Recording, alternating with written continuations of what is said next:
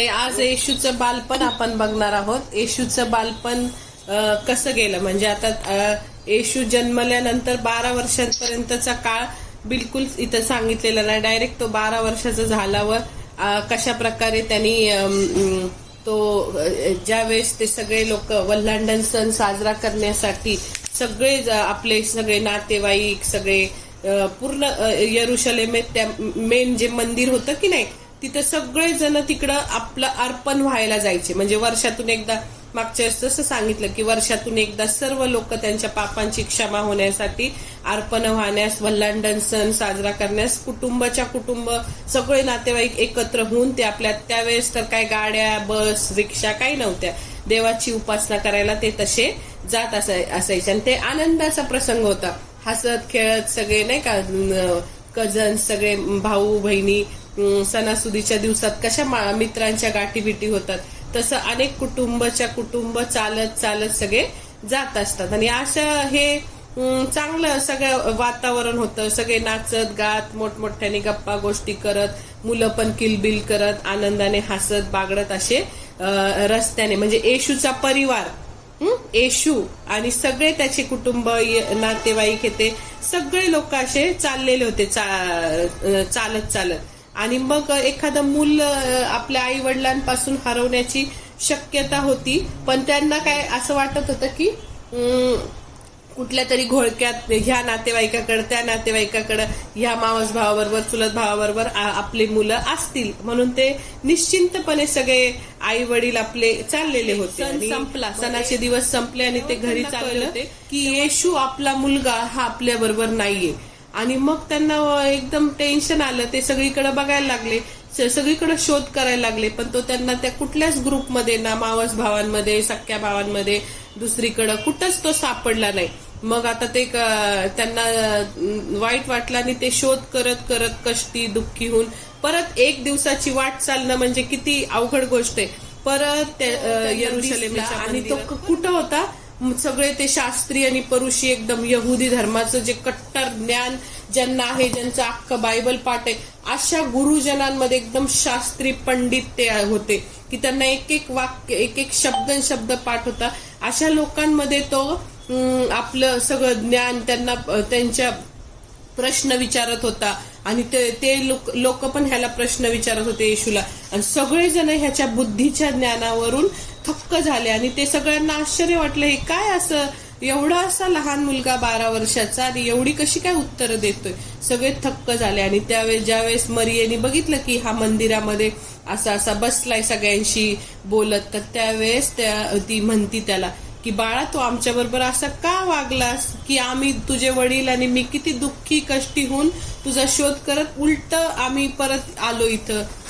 मग तो काय तिला उत्तर देतो, म्हणजे तो प्रत्येक वेळेस तिला कशी उत्तर देतो, असं नॉर्मल जगिक आई ला उत्तर देतो असं नाही. तो एक तिला म्हणजे तो असं पूर्ण आई समजत नव्हता, म्हणजे काळजी घेत होता आईची, पण तो जे काही आहे तो ते माझ्या पित्याच्या घरात. त्याने उत्तर काय दिलं, तुम्ही माझा शोध करीत राहिला हे कसं काय.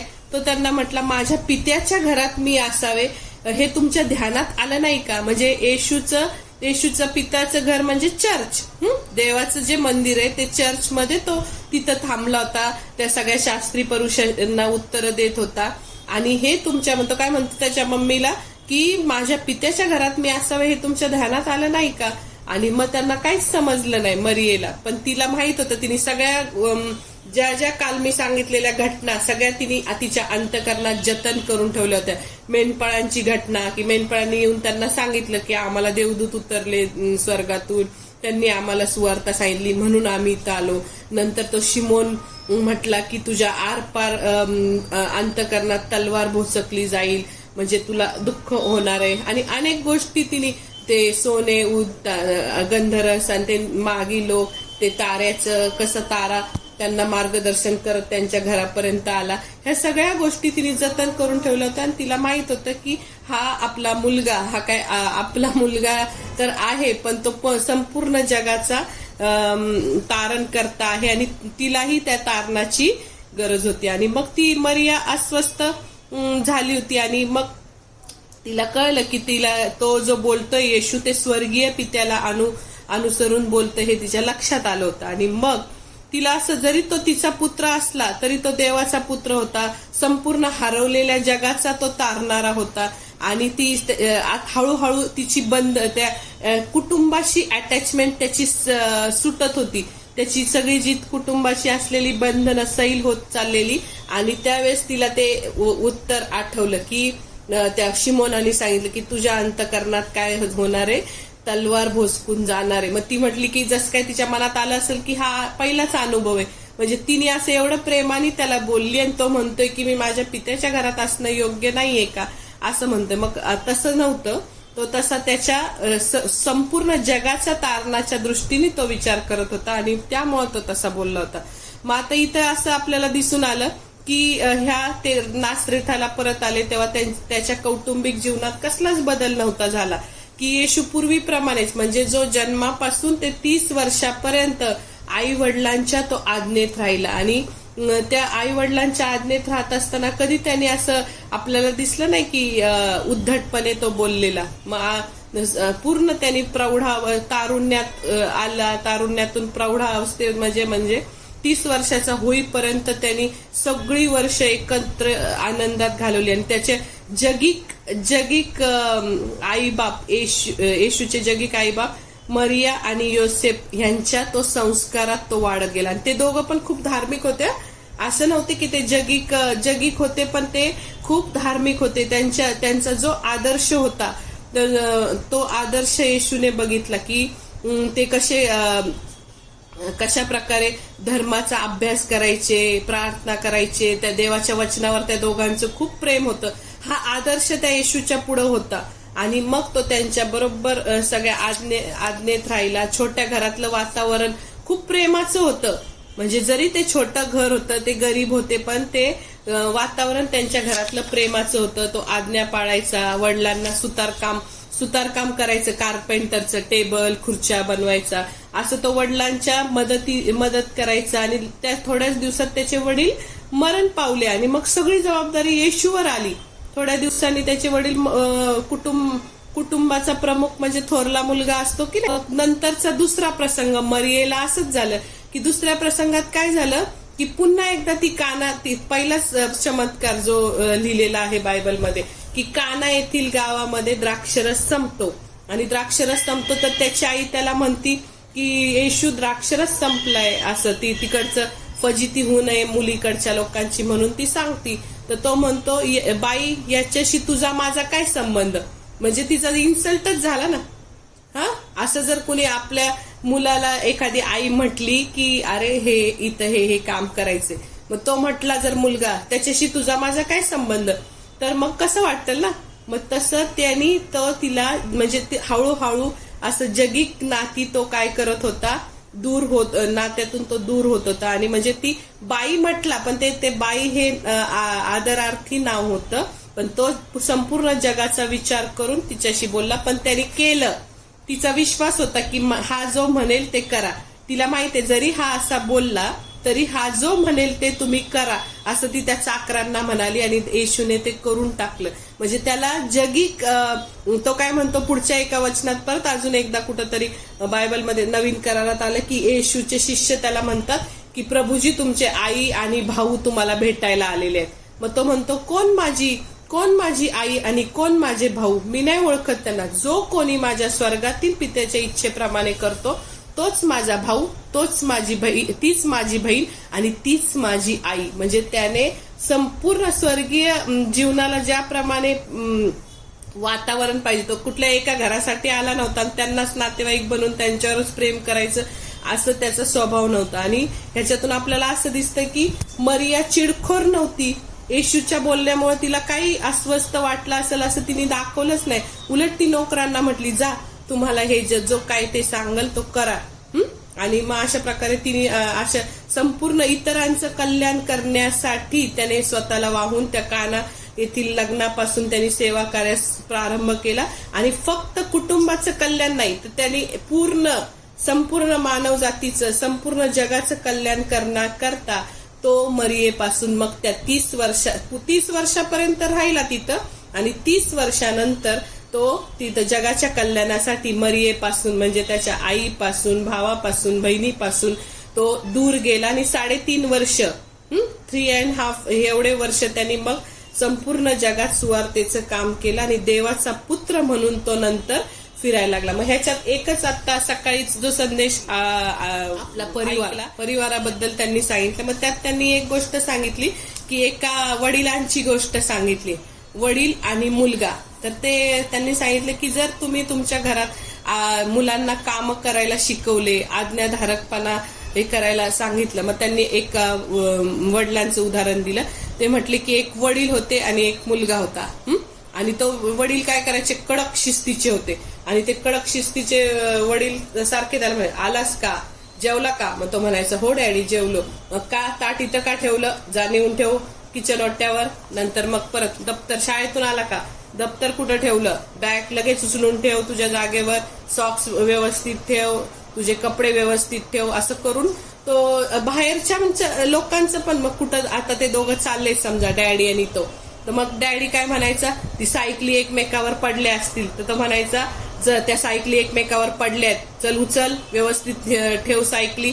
मग कुठली तरी शेजारच्या घरातली मावशी अर्धवट झाडांना पाणी टाकून बादलीतच सोडून गेली आणि त्या कुंड्यांना पाणी टाक, जा तू त्या कुंड्यांना पाणी टाक, हे कर, ह्याला मदत कर, त्याला मदत कर. मग त्या मुलाला इतका राग यायला लागला आणि त्याच्या वडिलांचा, तो म्हणायला लागला काय हे स्वतःच माझं पण काम करायला लावतात, सगळं माझं, ताट उचलून ठेव, बुट उचलून ठेव, घरातली कामं करायला लावतात. नंतर बाहेरची लोकांची पण ते म्हणायचे सायकली पडल्यात तर पडू दे ना डॅडी, आपल्याला काय करायचंय, आपण कशाला त्या सायकली उचलत बसायचं, आपण कशाला दुसऱ्यांच्या झाडांना पाणी घालायचं, ते दुसऱ्यांचा प्रश्न आहे, आपण कशाला. पण तो म्हणायचा, त्याचे डॅडी म्हणायचे नाही हे कर, हे दिसतंय ना तुला, आपण नेहमी प्रॉब्लेम सॉल्व्हर व्हायचं, लोकांचं चांगलं करायचं, असं त्यांनी म्हणायला त्याला शिस्त लावली. जिथं जिथं जाईल तिथं तिथं अशी लहानपणापासून त्याला शिस्त लावली. आणि मग तो इतका चिडलेला होता त्याच्या वडिलांवर, त्याला वाटायचं सगळ्यांचे डॅडी किती चांगले, त्यांना काम नाही सांगत, काय नाही सांगत, सगळे मस्त आराम करतात, पण माझा डॅडी किती खडूस आहे, नुसता मला किटकिट किटकिट किटकिट करत राहतो, सारखा बोलतो हे कर ते कर ते कर ते कर, हे स्वतःचंही करा, बाहेरचंही करा, शेजारचंही करा. ह्या एकदा का मला नोकरी लागली, शिक्षण झालं की ह्या डॅडीला आपण ना सोडून कुठंतरी लांब निघून जातो, त्या किटकिटच नको म्हणजे, असं तो विचार करतो मुलगा. आणि मग खरंच त्याला एक दिवशी इंटरव्ह्यूचा कॉल येतो आणि इंटरव्ह्यूचा कॉल येतो, इंटरव्ह्यूला जायला निघतो, प्रार्थना करतो, सकाळी धार्मिक परिवारातला होता आणि प्रार्थना केल्यावर मग म्हणतो की देवा मला ही नोकरी मिळू दे, मला माझ्या डॅडी पासून सुटका पाहिजे, जो खूप त्रास मला किटकिट आयुष्यभर केली, मला त्याचा त्रास होतोय, मला ही नोकरी मिळू दे म्हणजे मी त्याला सोडून जाईल एकदाचा. मग अशा प्रकारे तो जातो तिथे इंटरव्ह्यूला. तर त्या इंटरव्ह्यू मध्ये असं होतं की त्या इंटरव्ह्यू मध्ये तो जेव्हा जात असतो तेव्हा जिन्याने चाललेला असतो, तिथं बरेचसा असा पसारा पडलेला असतो खूप काय, मग ते उचलून ठेवतो. त्या आधीच गेटमध्ये तिथं अशा सायकली वाकड्या तिकड्या पडलेल्या असतात, फेकलेल्या असतात, जशा त्याला नेहमीची सवय त्याचे वडील त्याला करायला लावायचे, कर ते नीट, हे कर. मग त्या सायकली पडलेल्या तो उचलतो, जिन्यातून चाललेला असतो तिथं पसारा असतो तो उचलून कडेला ठेवतो. मग तिथं अजून थोडंसं पुढे जातो इंटरव्ह्यूला, तर तिथं कुंड्या असतात आणि ती झाडं वाळलेली असतात आणि तिथं शेजारी एक ड्रम असतो आणि त्याला इंटरव्ह्यूला 10 मिनिटं असतात, पण तो म्हणतो त्याला सवय लागलेली असते ना, वडिलांनी सवय लावलेली असते. मग त्या ड्रम मधलं पाणी त्या वाळलेल्या झाडांना, कुंड्यांना, सगळ्यांना घालतो. मग नंतर त्याला वाटतं कुठंतरी इंटरव्ह्यू म्हणून त्या रूम मध्ये शिरतो आणि तिथं बघतो तर सगळ्या लाईट, पंखे सगळं चालू होतं. तर तिकडचे सगळे विनाकारण काय वाया चाललंय म्हणून, वीज वाया चालली म्हणून सगळे लाईट्स, पंखे बंद करतो. आणि असं करत करत प्रत्येक प्रॉब्लेम सॉल्व्ह करत करत, पसारा इकडचा तिकडचा असं करत करत तो त्या इंटरव्ह्यूच्या रूम मध्ये जातो. आणि मग सगळे तो आधी बसलेला असतो बाकड्यावर, सगळे बारीक तोंड करून येत असतात बाहेर आणि त्यांना नसती नोकरी मिळालेली.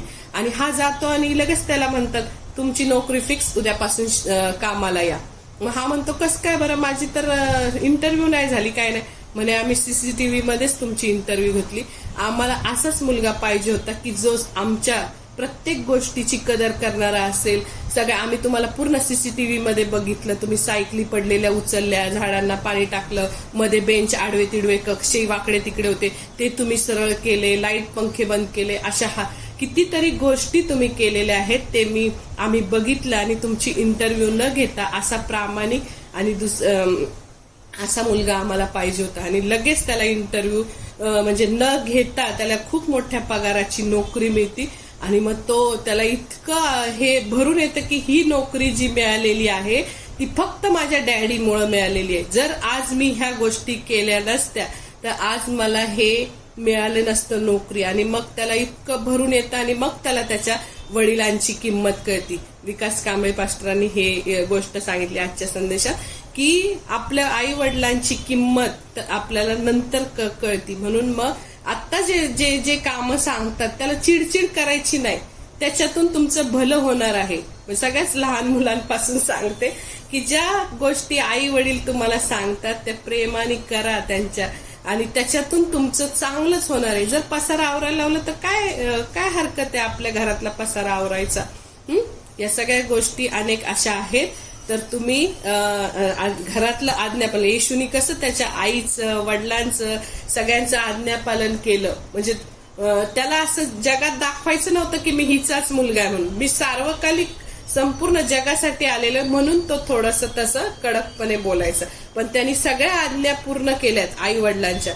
तसंच मग आपण पण जर आपल्याला पुढे यशस्वी व्हायचं असेल, चांगल्या नोकरीला लागायचं असेल, चांगलं आपले भवितव्य चांगलं व्हायचं असेल तर आपण त्या मुलाला जशी शेवटी किंमत कळाली तसं आपल्याला आत्ता आहे ना जीवन, आपल्याला आत्ताच आपण सगळ्या गोष्टी आई वडिलांच्या इच्छेप्रमाणे करायचं, त्यांना आनंद द्यायचा आणि आपण देवालाही आनंदित करतो.